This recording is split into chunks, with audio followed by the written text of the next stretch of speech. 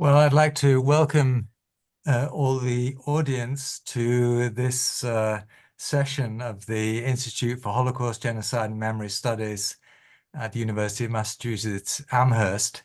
I hope that you can hear me.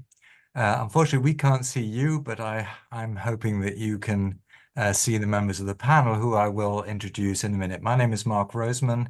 I'm at Indiana University, Bloomington, and it's my great honor to be here moderating this discussion. I am the general editor of the forthcoming Cambridge History of the Holocaust, and what you see here assembled are some of the eight editors of the four volumes.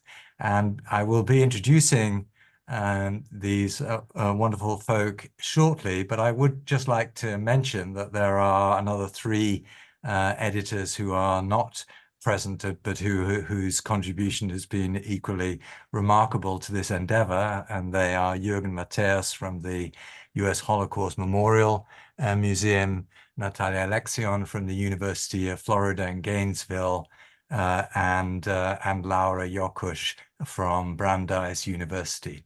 And together we make up the eight editors of this Cambridge history. When I was asked to do it, I was, of course, be the general editor. I was, of course, very honored and instantly thinking about who I could have on the team. And I'm absolutely thrilled by those of you here and not here who agreed to do it. But it was also obviously from the start clear that it was a daunting and in fact an impossible task. The 3 volumes rapidly became 4 volumes. The contributions went over 100 from at least 8 different countries. But even then, it instantly raised huge questions of inclusion and exclusion.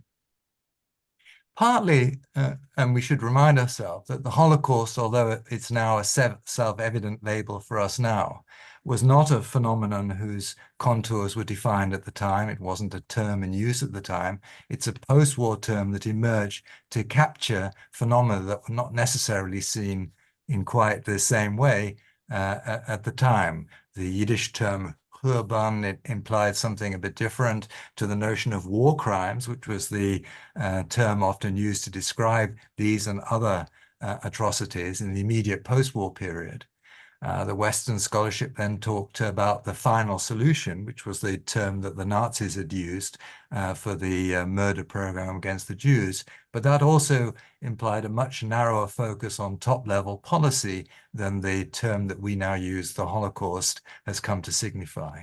So we had to, one of the decisions that we had to make, and I'm going to leave the individual volume editors to talk about this in greater length, had to decide, make very difficult decisions about what belonged in, what didn't. And of course, we're aware that the scale of the research was such that we could only, in some ways, scratch the surface, despite the size of this collection. And I think that is a reminder of a second point, and that is that what's striking about the Holocaust is not just what a huge phenomenon it was and how many different groups came to be involved, the scale of it, and its geographical reach, but also what an enormous impact it's had subsequently on Western thought, values, and more.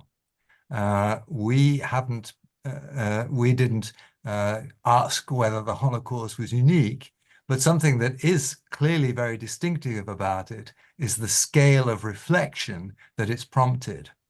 And that meant from the start that in trying to assemble this history of the Holocaust, we had to, at the same time, not just to be trying to engage with the phenomenon itself, but also be conscious of the scale and depth of the reflections it's provoked and the way in which it called so many things into question as the impact of it in the post-war era became evident. And that led both to a significant pre-volume, thinking about the historiography of the Holocaust and thinking about ways in which scholars have thought about the deep origins of it. And it's that volume, the first volume, that Dan Stone here will be talking about in a minute. And it also led us to include a post volume, thinking about the resonance and the impact the Holocaust had on society, religion, culture, and so on. And this is the volume that Devin Pendas will be talking about a little bit later, the fourth volume. For the middle of the sandwich, if you like, because of the calls that have often been made for what's been known as an integrated history, namely a history that brings the actions and words of the perpetrators and the voices of the victims together, we hesitated at first to do what we decided to do, to separate perpetrators and policy into one volume, our volume 2, which Mary Fulbrook will be talking about, and victims and survivors in another, volume 3, which Marion Kaplan will be addressing, with bystanders shared a little uncomfortably between them.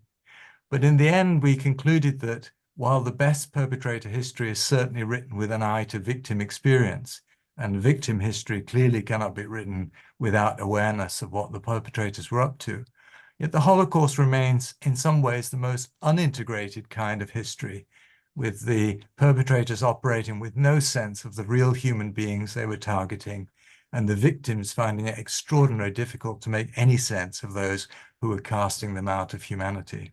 And so those are the 4 volumes that we ended up with: this origins volume, the perpetrators and policies, the victims, and a volume on survivors and aftermaths.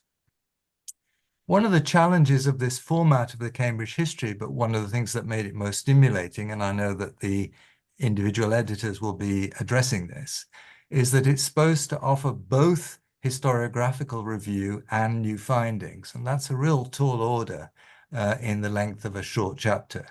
And I must say that our authors really have risen to the challenge, sometimes with really new findings, sometimes with nuances, and sometimes with very distinctive ways of organizing and thinking about the material that offer a new vantage point. And we are all, I know, really grateful for their efforts, which of course also coincided with COVID and all its impacts. So we're all the more doubly grateful for those who are able to stay the course and contribute to the volume.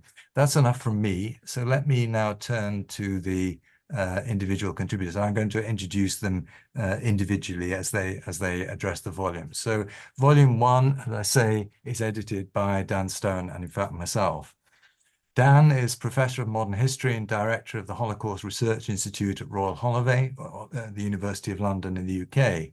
He's the author or editor of over 20 books. It'll be 21 by tomorrow, including most recently Fate Unknown, Tracing the Missing After World War II and the Holocaust, which came out with OUP in 2023, and The Holocaust and Unfinished History, Penguin 2023, Marina 2024, and astute readers of the New York Times will have read this last couple of days, a very nice article about that book. Dan recently completed a short book on psychoanalysis and Holocaust survival, which is forthcoming with Palgrave, and he's now working on a book on the Holocaust in Romania. And apart from this volume, Dan's co-editing a book on Holocaust memory in Britain in the 1960s, and a volume of papers from the 2023 Beyond Camps and Forced Labor Conference. So I'm so glad that you're here, Dan. Over to you. Thank you, Mark, and good evening, everybody. It's a pleasure to be here. I'd like to start. I hope I can speak for the other editors. First of all, by paying tribute to Mark for taking on this extraordinary endeavor. It really has been a long-running saga, and I can see, because I'm co-editing Volume 1 with Mark, that it's Mark's job has been a complicated one, which he's carried out with aplomb and skill and sensitivity, and sometimes dealing, of course, as with these projects, with some quite difficult circumstances, particularly due to COVID and contributors dying, and the kind of things that happen when you edit a book. I've had the pleasure of co-editing volume 1 with Mark, and I also wanted to say publicly what a pleasure that's been, not least because, if I'm honest, Mark has done the lion's share of the work, and that's something I think that should be publicly said. But let me say a few words about volume 1. The volume contains 24 chapters, and it's split into 3 sections. The first section deals with historiography, methodology, frameworks of analysis for thinking about the Holocaust. The second section deals with some of the, I guess we could talk about the background or origins, if we want to think in terms of causality of the Holocaust, ideas that fueled Nazism, the political circumstances going back to the late 19th century through the period of the First World War, through to the interwar period, and the culture and ideas of the half century or so before the rise of the Nazi Party to power. The third section of the book deals with the Nazi Party in power from 1933 to 1939 and tackles some of the individual topics that one might expect, Nazi anti-Semitism, Hitler and the party, as well as broadening out the discussion to include such things as the international response to Nazi policies. So let me say a little bit more about each of those topics, and I'll try and keep it to 10 minutes just to give a flavour of what's in the volume. So as Mark said, the contributors to all 4 volumes were tasked with combining a kind of historiographical approach with new research. And in some respects, then, all 4 volumes can be considered historiography. It's conceived as a collection of essays that will provide people with a tour d'horizon. This is a state-of-the-art guide and overview of the historiography of the Holocaust. Nevertheless, within chapter 1, we also have several chapters devoted explicitly, so within volume 1, sorry, explicitly to the historiography of the Holocaust, trying to explain, I think, something that is often forgotten, which is, first of all, that the historiography of the Holocaust is as old as the event itself, that the victims of the Holocaust started documenting what was happening to them and trying to make sense of it as the event was happening, and certainly very soon thereafter. And the discovery by historians in the Academy of the Yiddish-speaking historians, those who were outside of the Academy in the 1940s and 50s, but whose work was extremely innovative and path-breaking in all sorts of ways, particularly for the recent turn to a victim-centered approach, is extremely important. And Boaz Cohen's chapter tackles that early historiography. My chapter picks up where Boaz leaves off in the 1970s and brings it up to date. And obviously, in a short chapter, you can't go into any great detail. But what I've tried to do is to explain how the historiography has become so diverse in recent decades, what has driven that diversity. I guess that means things like questions internal to the discipline of history, intellectual fashions, accessibility to sources, debates about what counts as a topic. If we think about debates about gender and women's history in the 1980s, the way those debates then are echoed today in debates about queer history, you can see how certain topics show up at certain points in time and others disappear. I have a second chapter in the volume, which is on what Mark mentioned already, the idea of an integrated history, picking up Saul Friedlander's concept, showing how other historians have responded to it, where they've tried to write their own integrated histories, and what the limits of integration are. And that touches then on some of the chapters that deal with the frameworks for understanding the Holocaust. And these could be many, but we have 3 chapters in particular: Mark's chapter on modernity, Dirk Moses' chapter on genocide, and Aristotle Kallis's chapter on fascism. And these are 3 of the major frameworks for analysis that have guided historians in recent decades. And the connection, of course, with integration is we can discuss integration with respect to the Holocaust in the narrow sense, in terms of integrating victims, perpetrators, and bystanders in a single narrative. Or we can think about integration in a wider sense and ask the question, how should the Holocaust be integrated into broader contexts of European history or world history? Do we need to think about the First World War? Do we need to think about the history of colonialism? Do we need to think about slavery? Do we need to think in terms of other genocides in order to understand what the Holocaust was? I'm not going to answer those questions now, but just to say these are topics that are picked up in those chapters. And I particularly like to mention Aristotle Callices, because one of the things that's extraordinary, and I'm really pleased that we have this chapter in the book, is that the scholarly literature on the Holocaust and the scholarly literature on fascism tend to be two separate, obviously related, but two separate bodies of work. And there are very few scholars who have actually tried to think about the history of the Holocaust through the interpretive lens of fascism and the history of fascism, even where scholars of fascism will say, oh, Nazism was a variety of fascism, but a radical one. And so this chapter, I think, is doing a lot of work. I'll move on quickly because there's a lot to cover. The second part of the chapter, as I mentioned, deals with the background to the rise of Nazism. And here what's important, I think, is that our contributors all see a kind of European and broader dimension to this phenomenon of Nazism. That's to say, there's an explanatory problem, which is, why did Nazism take root in Germany, and why was the Holocaust as a project driven by the Nazis while they were in control of Germany, and yet the currents that fed or fueled Nazism can be seen in many places outside of Germany, whether that's anti-Semitism, anti-communism, anti-feminism, eugenics, race theory. All of these phenomena are by no means German phenomena. And so our contributors both look to the broader context to try and ask the question, where do these ideas come from? And then try to address the question of what is going on in Germany that allows these things to coalesce in the particularly virulent form that they do in Mein Kampf and in other texts by Nazi ideologues and leaders. That's a big question. One of the things I think that they have also in common is that they see World War I as a crucial turning point.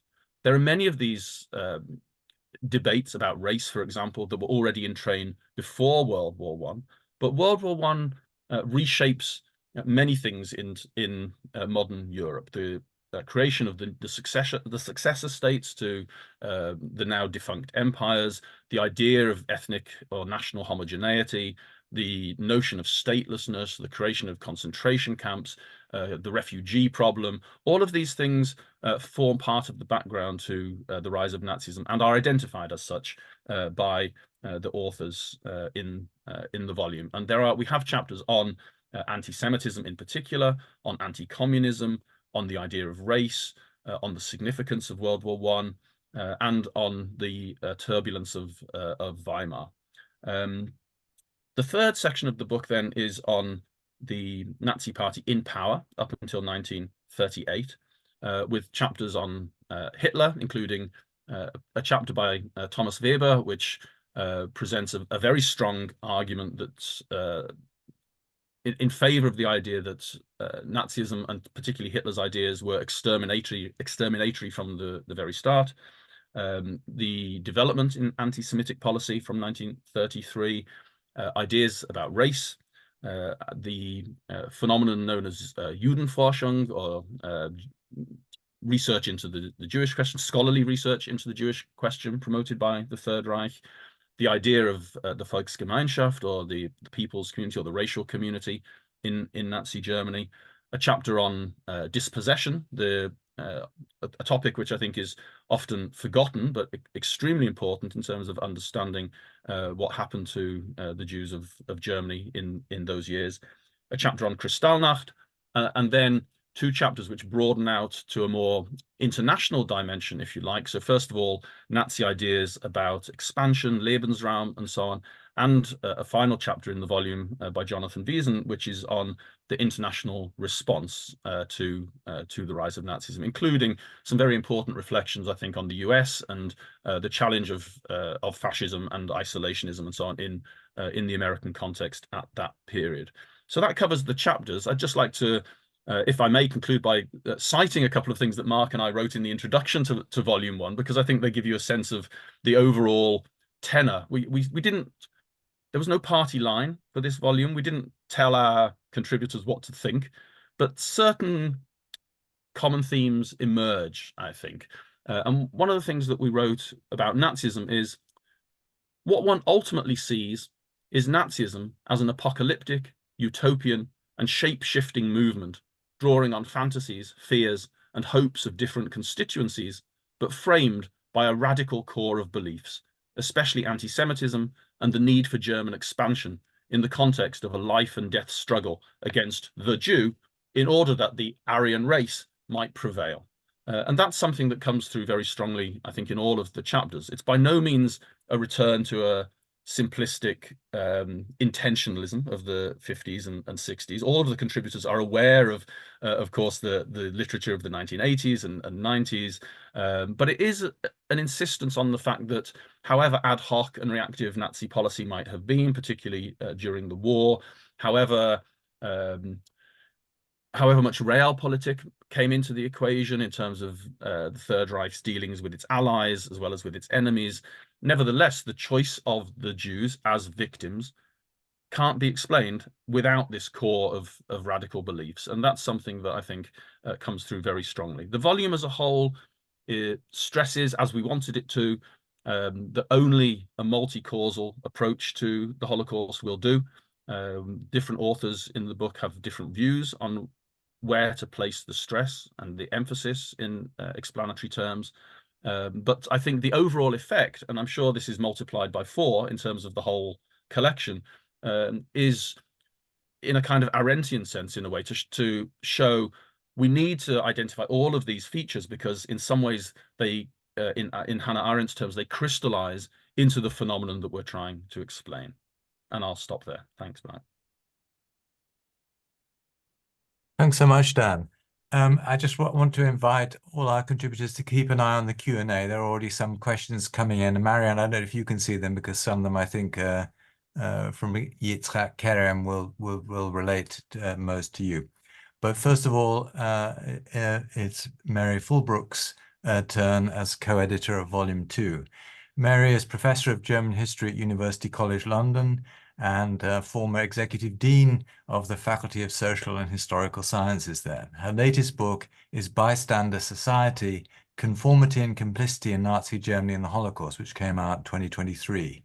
Major recent monographs of hers include the winner of the Wolfson History Prize, Reckonings, Legacies of Nazi Persecution and the Quest for Justice, 2018, and the Frankel Prize winning A Small Town Near Auschwitz, Ordinary Nazis and the Holocaust, 2012, and Dissonant Lives, Generations and Violence Through the German Dictatorships, 2011. The paperback came out 2017. She's currently directing an Arts and Humanities Research Council funded collaborative project entitled Good Citizens, Terrible Times, Community Courage and Compliance in and Beyond the Holocaust. She's also writing a book about the significance of interethnic relations and power structures for different chances of survival in Europe under Nazi domination. And I learned today she's writing or has just written a book about Berlin as a positive compensation for all this grim research on the Holocaust. Mary, over to you. Thanks very much. Well, first of all, I'd just like to echo what Dan said, thanking Mark for his overall brilliant, magnificent steering of this incredibly complex project. I mean, the title of today's session, 100 chapters, 100 authors in search of the Holocaust, it really is extraordinary. And I'd also really like to thank my co-editor, Jürgen Matthäus of the USHMM, who has been fantastic. And it's been wonderful working with him, one of the most reliable, knowledgeable, great colleagues that you could possibly work with. So our volume, if it is good, is down to Jürgen Matthäus, not least. Our volume is about perpetrating the Holocaust, the subtitle Perpetrating the Holocaust, Policies, Participants, Places. And the one thing you would think you should know or would know about Nazism is who were the perpetrators. But it is not as simple as you might think. And the moment you go beyond the very restrictive legalistic sense of culpability, which is pathetic in its narrowness, although varying degrees of inadequacy according to jurisdiction and context. But the moment you go beyond that, and as a historian, you try to allocate different degrees of responsibility, and you try and explain and understand how the murder, the organized murder of more than 6 million people across Europe was possible, it is a really difficult proposition to understand what you mean by perpetration, perpetrators.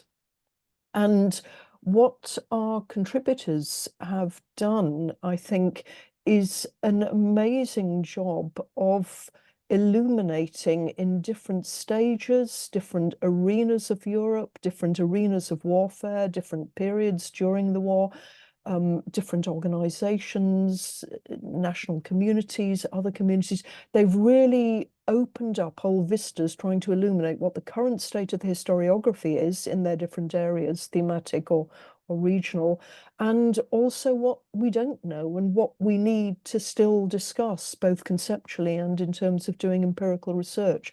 So I think it's actually a phenomenal combined effort that we've produced. We have 23 chapters plus an introduction, which I always want to count as a chapter, but it never gets its numbering. And we have divided it into two parts. The first part we call structures, players, and processes. And the second part we call times and places. And within both of those, it allows us both to have varying types of focus, whether on a specific issue or a specific region of Europe or a specific topic. And what I want to do, rather than going through the chapters at all, let alone in any detail inside a few minutes, what I want to do is just say something about the overall approach of the volume. We didn't impose an approach other than requesting contributors to summarize the state of play in their area and to contribute to it. And many of them have made very, very original contributions in doing that.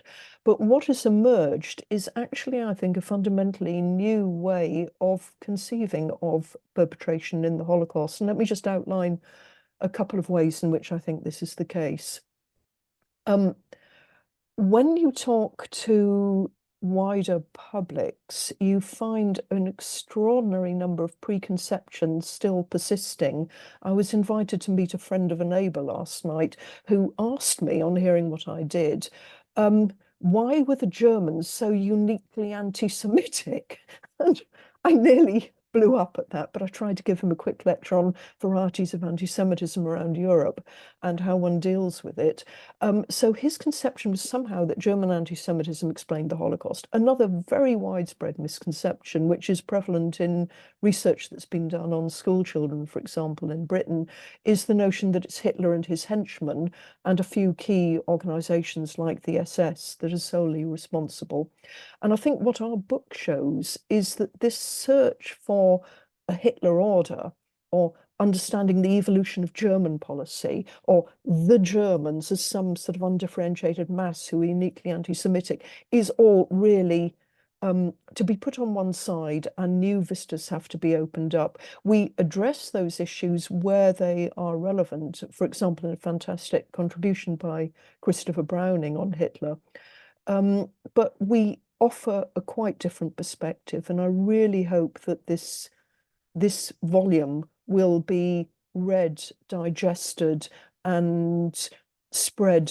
The word will be spread through the classrooms and lecture rooms of the English-speaking world. So what we do in the volume is we focus on structures and processes across Europe. We have a pan-European scope and a very good, I think, balance of equally in-depth different areas of Europe. We highlight the significance of complex interactions, both between centre and periphery and in different arenas of war over time. And we include a wide range of actors beyond the obvious perpetrators in the sense of those immediately recognizable as culpable. As far as anti-Semitism is concerned, we don't treat it as a simple ideological motivation. Rather, I think the chapters collectively address anti-Semitism and the related elements of Nazi ideology that Dan's already outlined and highlighted as a more or less a repertoire of different elements, different aspects, which can be drawn upon variously to differing degrees depending on local circumstances, whether it's older religious tropes, whether it's cultural stereotypes, whether it's racial theories, whether it's the alleged threat of Judeo-Bolshevism, plus other motivations for involvement in perpetration one way or another. A large amount of research now about reasons why people become involved in organizations and then conform to the understandings of those organizations and develop justifications for what they have just been committing. So those are the general approaches. We also embody in several of the chapters recent very significant shifts and developments in theoretical approaches, for example, gender history, or the significance of visual representations and the cultural imaginary, as well as power and repression. I want to say a word about how it fits in with and contributes to the wider historiography. And Dan has already talked a lot about the calls for an integrated history. We discussed this and felt at first a little discomforted by the notion that an integrated history should proceed by segregating two volumes, one on perpetration and the next on victimhood. I think Mark has already talked about that. We decided the classical voice calling for an integrated history is, of course, Saul Friedlander. And his work, as has been pointed out, not least by Alan Confino, is not actually integrated. It's rather a policy-driven narrative, disrupted and willfully disrupted. He wanted to disrupt it by victim voices to retain that sense of disbelief at what was going on. We actually felt that you need to write an integrated history, you need to integrate the responses and actions of the persecuted into the very understanding of how the processes of persecution unfold and how acts of perpetration develop, that you cannot write about perpetration if you are not also taking into account the character of ghetto societies or the responses of people as they are being called for deportations, or the ways in which people respond to different elements of Nazi policy. So I think integrated history is essential, even if the focus is on perpetration. We wanted also to go beyond the very problematic triad that was popularized by Raoul Hilberg in his book on perpetrators, victims, and bystanders. And Mark has already mentioned that bystanders uneasily, I don't think they uneasily, but they straddle both volumes 2 and 3, and I think appropriately so. Because if you look at recent discussions on those members of local societies in a system of all-encompassing, all-engulfing collective violence, those people who are not immediately targets of persecution by virtue of not being one of the groups designated for persecution and who are not immediately perpetrators, they are also involved. The responses of members of surrounding societies make a difference to the course of events. And so we want to bring in the wider conditions in which perpetration and complicity become so widespread, and indeed where people can participate in, benefit from, and also to some extent criticize and occasionally attempt to mitigate the suffering of others. So we have to get this integrated. We have to develop a more integrated history of perpetration in that sense too. The conditions under which certain acts of perpetration are possible to the extent that they were, or the conditions under which policy-driven history didn't quite achieve its aims. So we argue that a focus on either perpetrators alone or victims alone at the expense of understanding how this was possible through the actions and inaction of others is inadequate. So to summarize what our volume tries to do, we try to broaden the scope of Holocaust research well beyond the German initiators and organizers, however central the role of Germany must remain. And this broadening of focus is not intended to contribute to any kind of German self-exculpation, which some people might have feared a few years back or a decade or two back, but rather to provoke much broader reflections on the varying patterns of perpetration, collaboration, and complicity with differing inflections across different areas of Europe at different stages of the war. And this is just drawing a much, much wider net for the analysis of perpetration and complicity, which I think is absolutely vital to continue with. There are some areas of Europe where the language specialism or regional research has been more difficult than others, where access to archival materials has been more difficult than others, where younger generations of researchers have not been given the resources that they have perhaps in areas particularly of Western Europe compared to areas of Eastern and Southeastern Europe. So I think this Europeanization of focus is absolutely vital. I think that goes along with a number of methodological and theoretical advances that we need to bear very much in mind. We need to combine in-depth micro studies with wider regional and comparative and pan-European studies.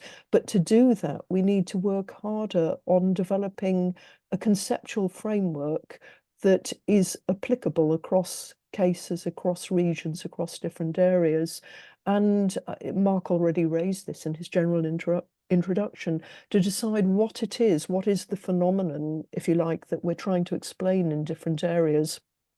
So that there's a lot of conceptual as well as comparative work that needs doing.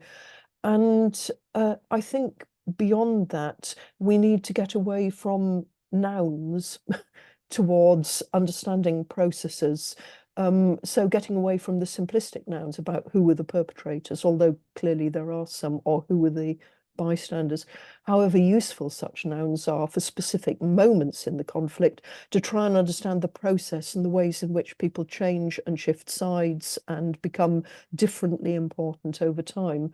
So I could go into detail on what the great chapters are in our book, but I won't in view of the time. I will simply tell you that I'm really looking forward to the publication of this series because we have some wonderful authors who've done amazing things with their different topics, and I can give you some examples later in the discussion if people are interested. Thank you. Thanks so much, Mary. I'm now going to turn to Marion Kaplan, who is with Natalia Alexan in charge of Volume 3. Marion is the Skirball Professor of Modern Jewish History Emerita at New York University. She's the author of the Jewish Feminist Movement in Germany, the Campaigns of the Jüdische Frauenbund, 1904 to 1938, which came out in 1979, The Making of the Jewish Middle Class, Women, Family and Identity in Imperial Germany, 1991, Between Dignity and Despair, Jewish Life in Nazi Germany, 1998, Dominican Haven, The Jewish Refugee Settlement in Sosua, 1940 to 45, 2008, and Hitler's Jewish Refugees, Hope and Anxiety in Portugal, which came out in 2020. She's won no less than 3 National Jewish Book Awards and has been a finalist for a 4th. And her books have all been translated into German. She taught modern European Jewish and women's history at Queen's College and NYU. Marion. Thank you. And I want to start also by thanking Mark for this gargantuan job and to Natalia for working with me on Volume 3. So I'm the third person to mention Saul Friedlander, who reminded us that the, quote, voices of the victims are essential if we want to attain an understanding of the past. I better check my timing. It is in this sense that Volume 3 focuses on victims' perspectives. Beyond such notable individuals as Anne Frank or Primo Levi, ordinary victims' voices are still far less recognized than those of the perpetrators. Yet, as Dan mentioned already during the war, Jewish scholars concerned that the mass murder of Jews would only be told by the Nazis called on the victims to record their fate. And after the Holocaust, survivor scholars warned against the research becoming Nazi-centric and set out to collect thousands of testimonies of other survivors. So the authors in Volume 3 pay close attention to the experiences, responses, and fates of victims, primarily Jews, but also Roma and Sinti, homosexuals, physically and mentally challenged people, Slavs, and Soviet POWs. They analyze how persecuted people adapted, negotiated, or tried to defy their entrapment and murder. Here, the issue of what the victims knew and when, as well as how they interpreted and responded to limited information, is at the center. And I should say we have about 30 essays because there were so many different kinds of victims. Turning to the plight of Jewish victims, enriched by daily life history, women's history, generational and gender analyses, helped us to better understand the responses from Jewish organizations down to individuals.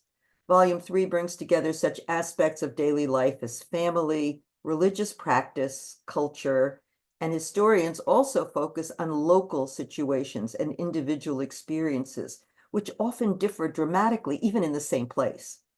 These research agendas come from ego documents, including diaries or letters written during the war, or memoirs and interviews of persecuted individuals who reflected back on their traumas. As a result, we gain insight into the diverse reactions and behaviors of adults and children, as well as leaders and individuals. Indeed, sometimes these and institutional sources are only partial records that end abruptly, leaving many unanswered questions.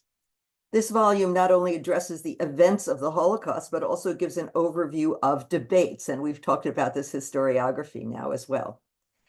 For example, while some scholars berated the Jewish councils for not having done enough, others see them as having assumed necessary duties in drastically different situations.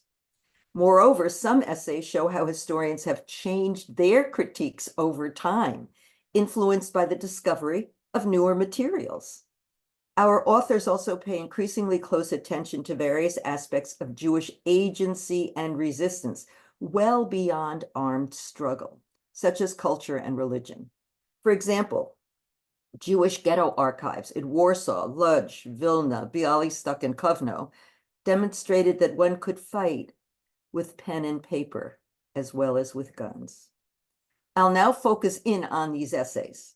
Jews of various class, age, genders, and ethnic identities, including those who had converted to Christianity, paid careful attention to increasing Nazi torment.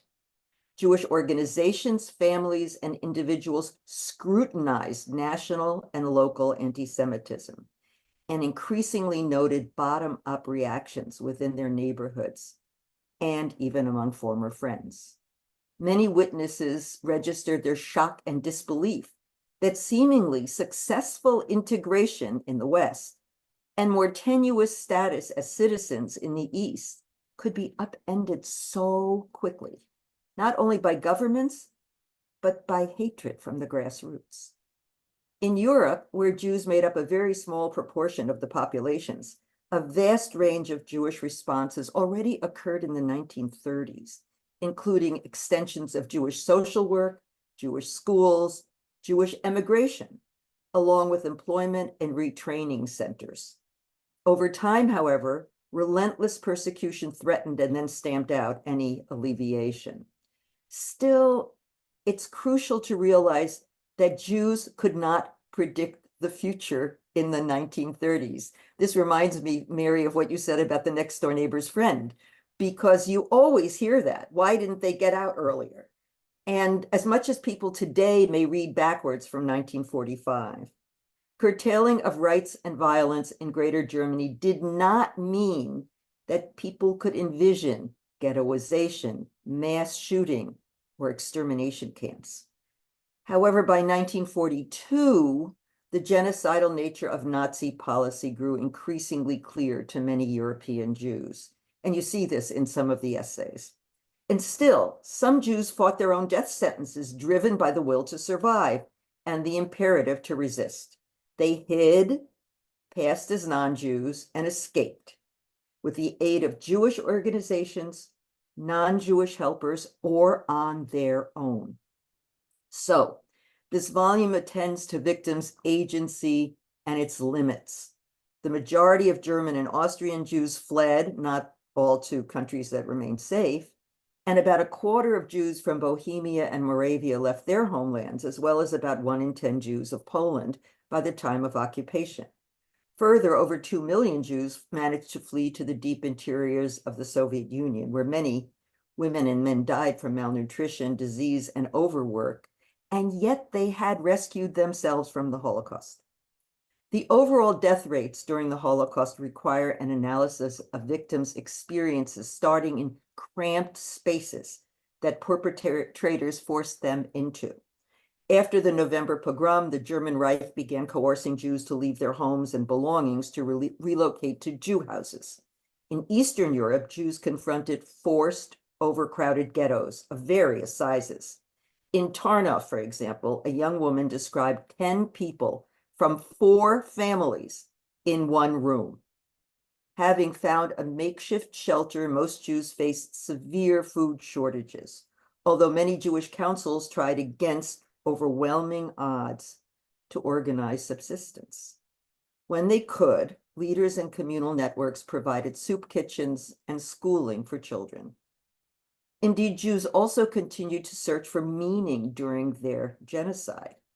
Some tried to adjust their religious practices to the conditions of ghettos and camps.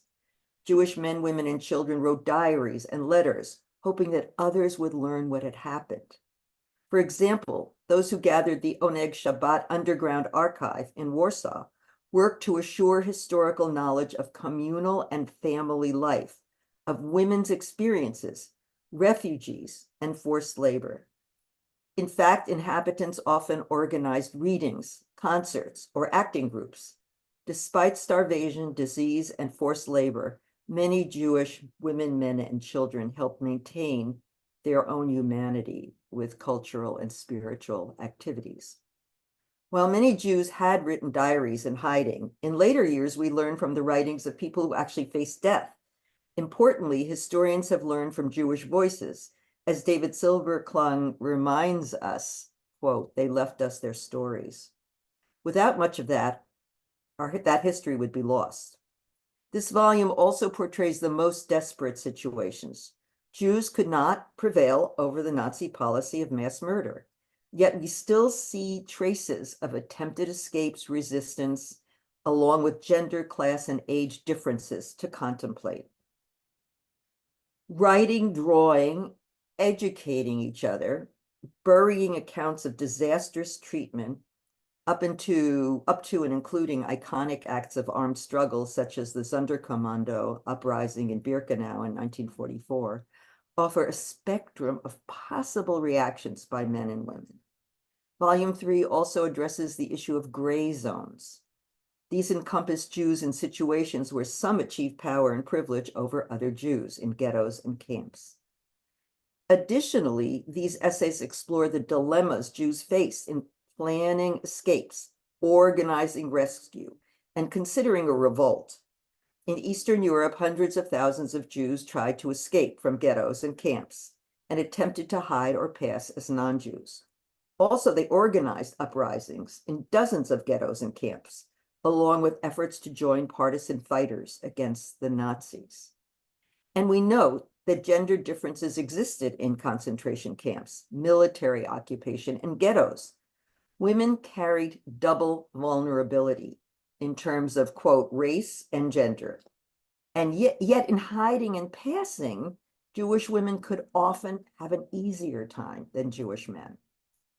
Victims observed the Nazi persecution and mass murder of Jews as, of course, a crime committed by Germans.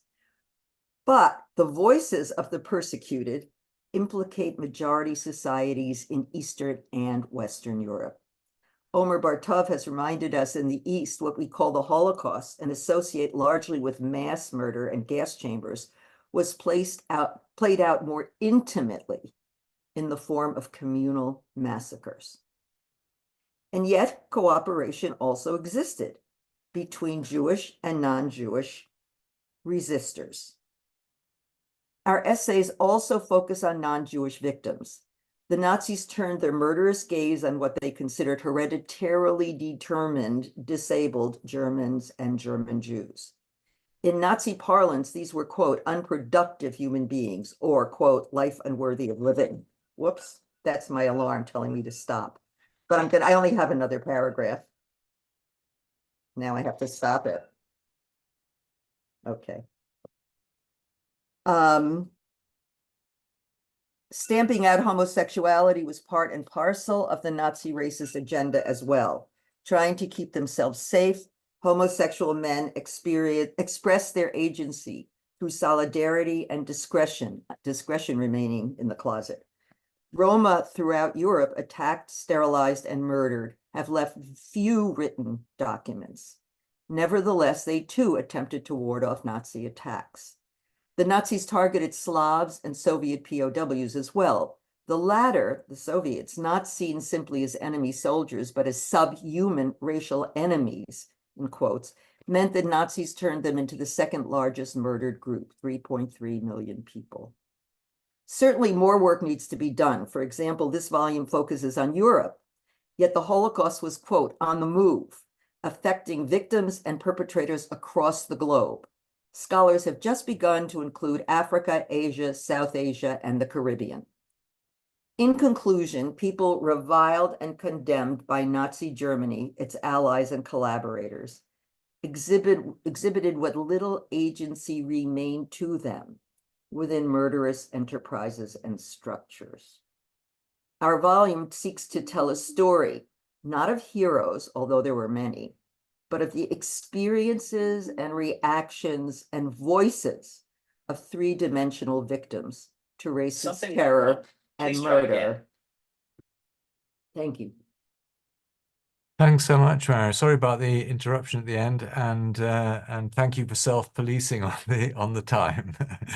Yeah, but then I didn't know how to turn it off. And the final volume, by no means least, but in this case last, is edited by Devin Pendis and Laura Yokush. Devin is professor of history at Boston College and has also taught at the University of Chicago, the Goethe University in Frankfurt, Germany, and the Meiji University in Japan. He's the author of the Frankfurt Auschwitz trial, 1963 to 1965, Genocide History and the Limits of the Law, and Democracy, Nazi Trials and Transitional Justice in Germany, 1945 to 1950. He's also co-edited two books, Beyond the Racial State, Rethinking Nazi Germany with Richard Metzel and myself, and Political Trials in History and Theory with Jens Meyer-Henrich. He has two projects currently in the works, a short study entitled Holocaust Historiography, A Critical Introduction, to be published by the Cambridge Elements series in 2025, and a large study called Law and War in the Making of the Modern World, which is under contract with Oxford. Devin, thanks very much. Over to you. Okay, thank you. I'm going to also set my alarm, and hopefully I will figure out how to turn it off when the time comes. So anyway, okay. So volume 4 is about legacies and aftermath, right? And with any scholarship, there's always a question of balancing sort of breadth and depth. But I think with volume 4, what struck Laura and I is how broad the phenomenon very quickly becomes. And let me, before I forget, say a special thanks to Laura, who has been phenomenal to work with on this project. who has done amazing work, who has been a terrific colleague on this journey that involves, yes, a lot of disruptions, including COVID disruptions and multiple authors going AWOL or otherwise disappearing. So we were struck very early in the planning process by how broad the phenomenon of the legacy and the aftermath of the Holocaust is, right? This is true in terms of duration, right? The Holocaust continues to resonate to the present day, right? And in terms of literally the geographical scope, right?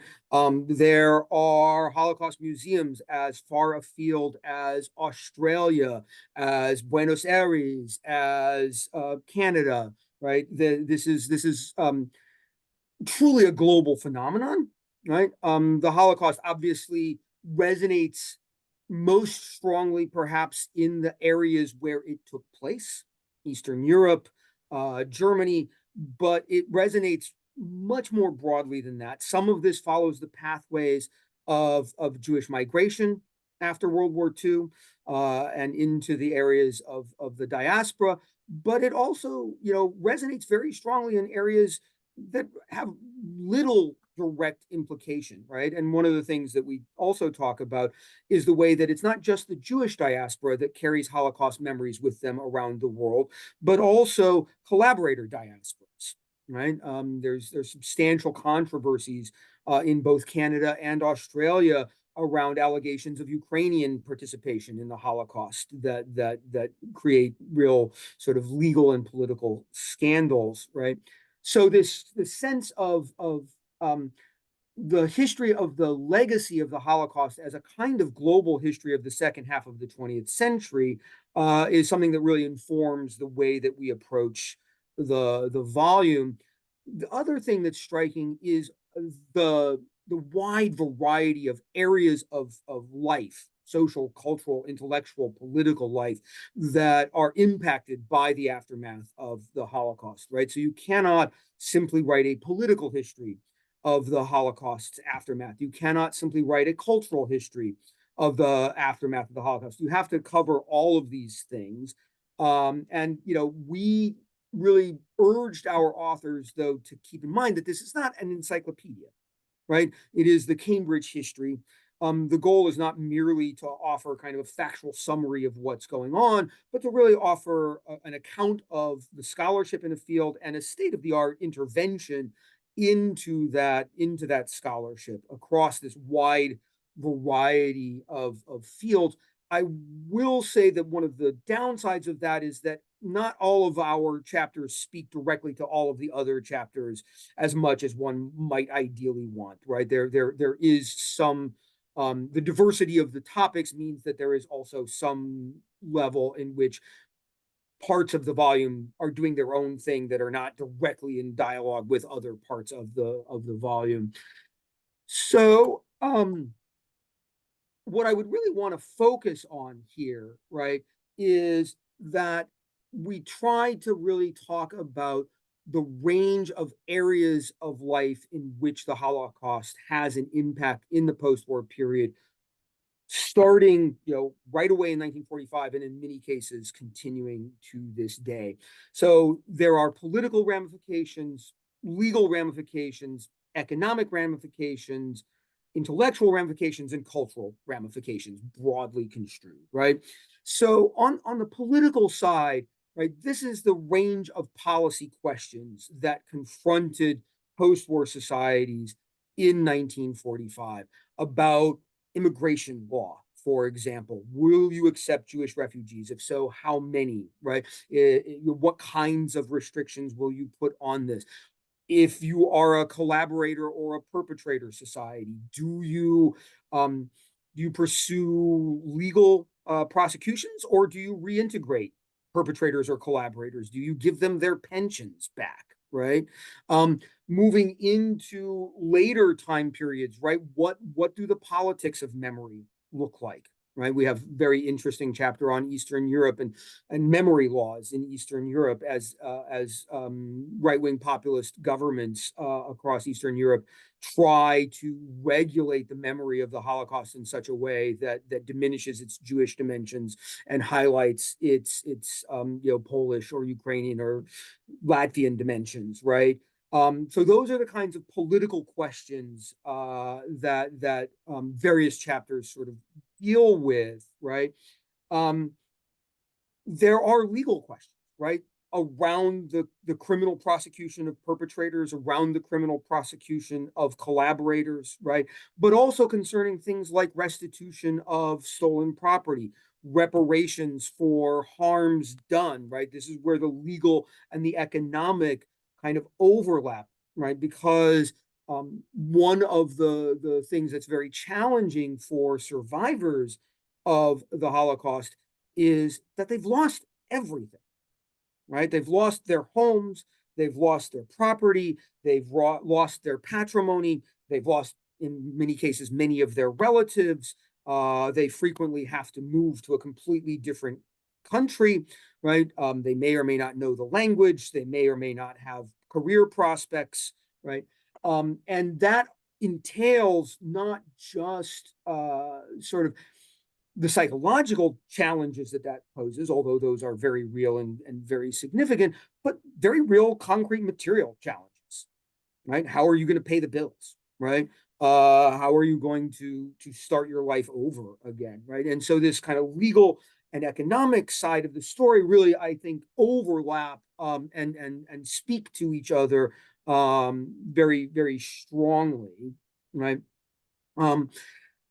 Another dimension in which the Holocaust resonates throughout the post-war period and into the present would be sort of intellectual history in the broadest sense of this term, right? The Holocaust informs post-war philosophy. It informs post-war religious thought.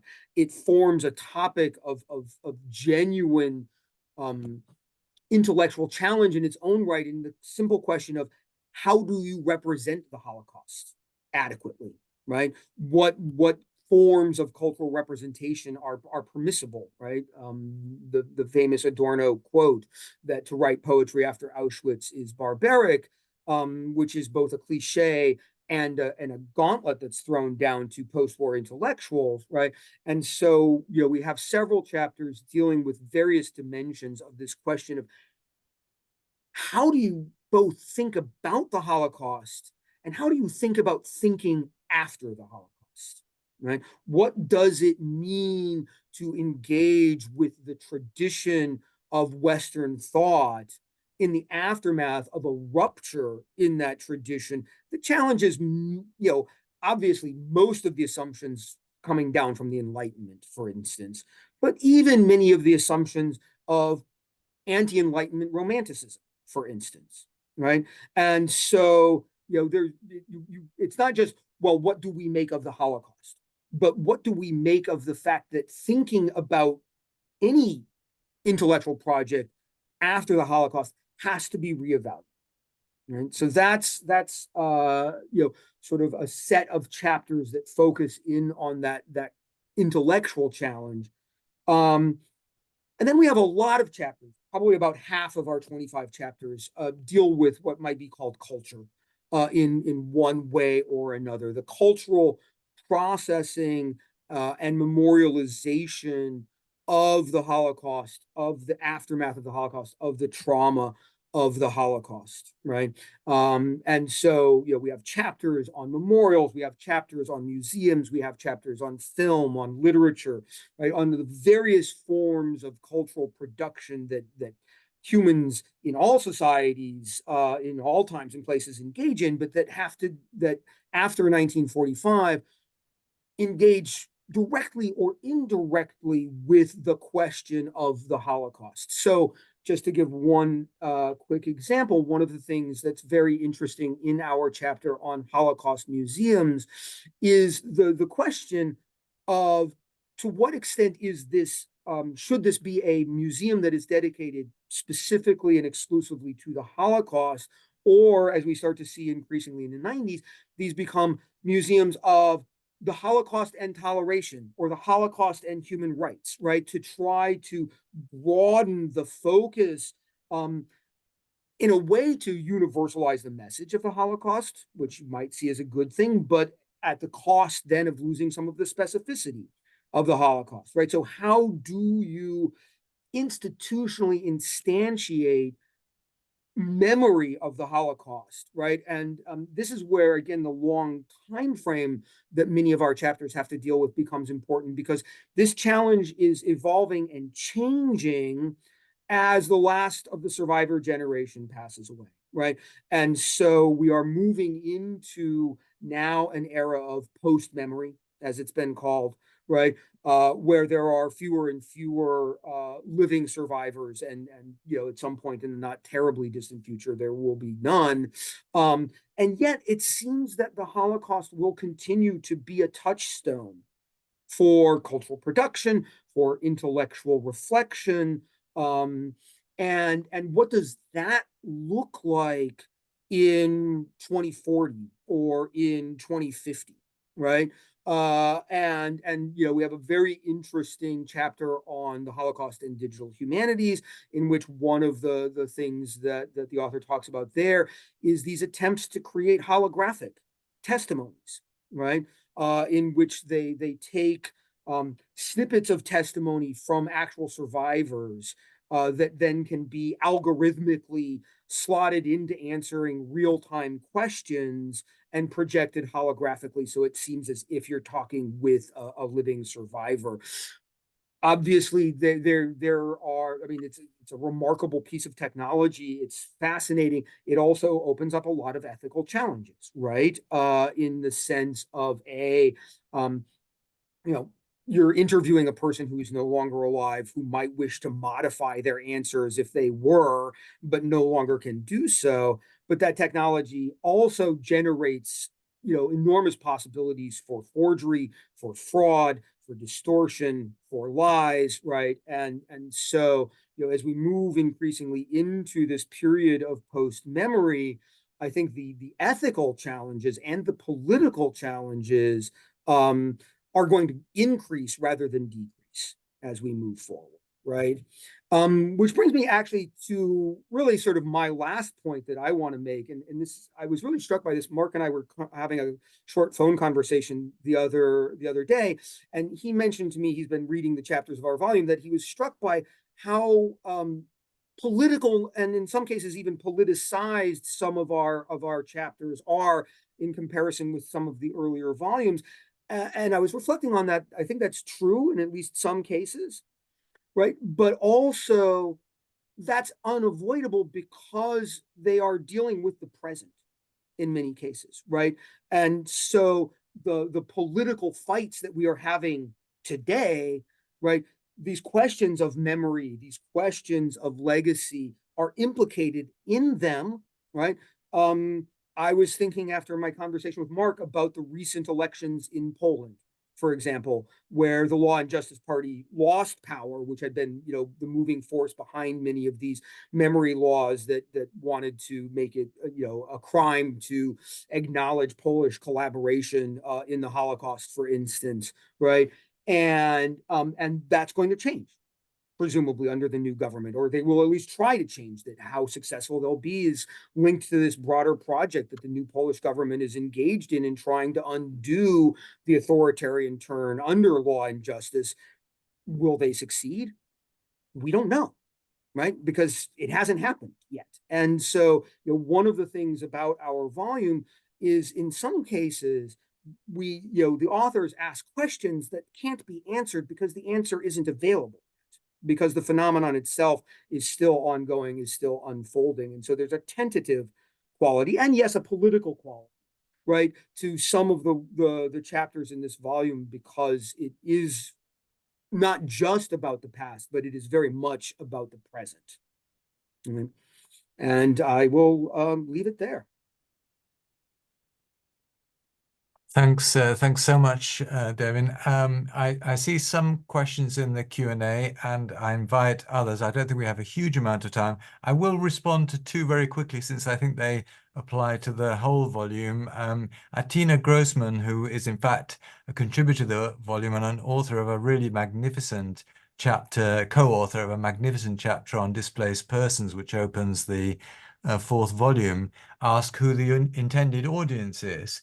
And I think it is an academic audience. So I think this is these big Cambridge histories. I think they assume that it will be the big public libraries and university libraries who will buy them. And they imagine that many people will graze through them and access them for particular chapters rather than reading them from cover to cover. So I think it's students, graduates, academics, and of course there's always the hope for a more general readership, but I don't think they'll be priced for people just to put them on their bookshelves. And the other general question I can respond to is from Catherine Funk, who asked whether or not we focus in this case on Jewish resistance, but one could widen this and say what's the relationship between focusing on Jews and to other groups. And I would say that whilst the murder of European Jewry was very much at the center of our inquiry, we were also very conscious of the need to embed that in consideration of wider groups. And Marion talked about this a little bit: Roma and Sinti, disabled, prisoners of war,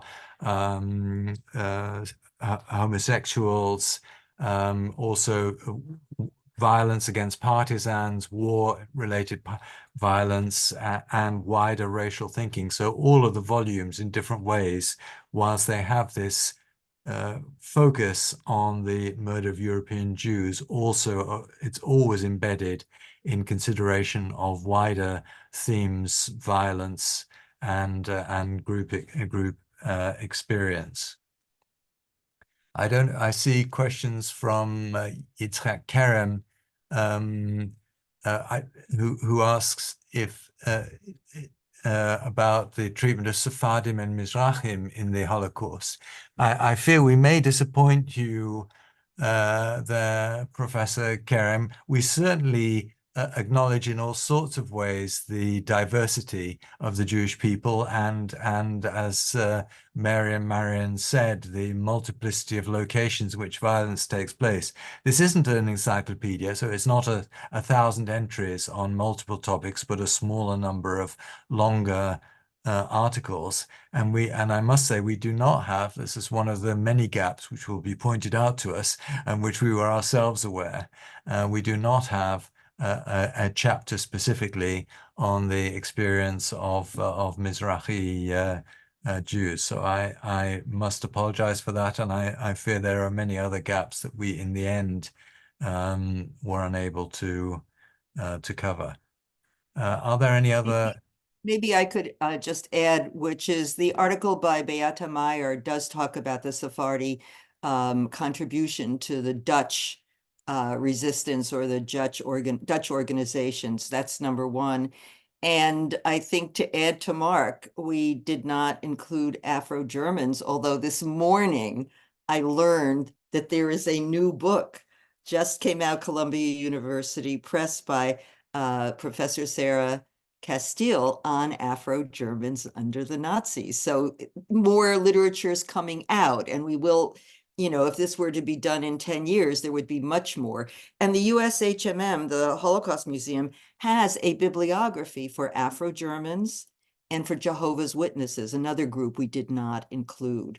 So there is research, but not as much as we thought would be possible to write a really rich article about. So there are gaps.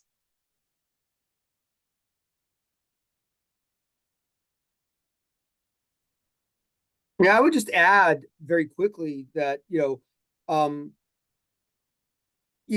of the things that was very striking for us is that there were, you imagine chapters and then you start looking for authors for those chapters, and it turns out, oh, there must be dozens of people working on X.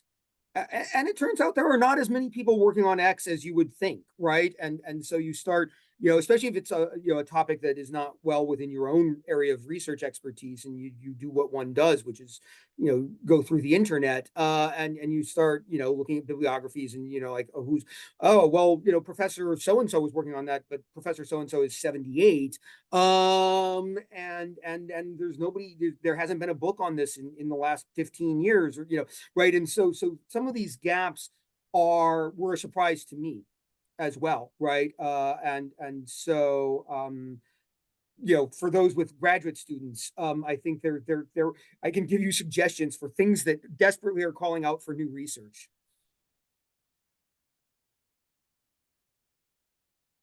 One thing I perhaps add is that I think in any collection of this kind, one has a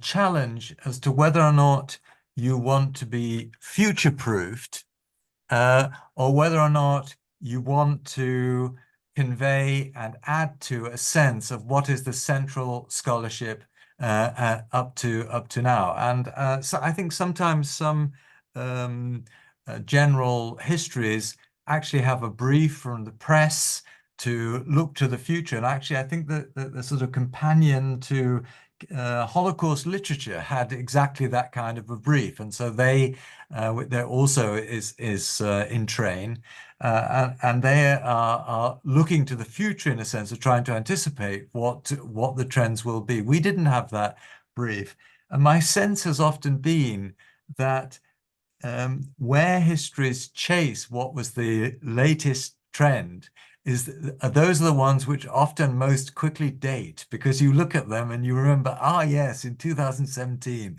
everybody was writing about X. So this was a difficult call about how far one should stretch and how far one should seek to capture what seemed to be nascent developments. And in the end, I think we were perhaps lent a little bit conservative in the sense of giving a really robust and rich sense of the sort of the where the scholarship is now, and at the same time, as the editors have said, in each case inciting our authors to add something new and not simply to review the scholarship.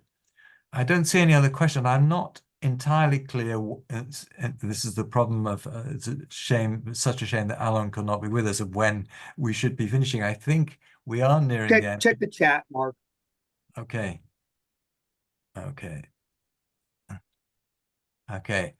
All right. So the instructions are we should be bringing this to an end. And in which case, I would like to thank my fellow editors very much for their contributions. I think you've given a splendid sense of the riches and the breadth of the volumes. I'd like to thank our audience.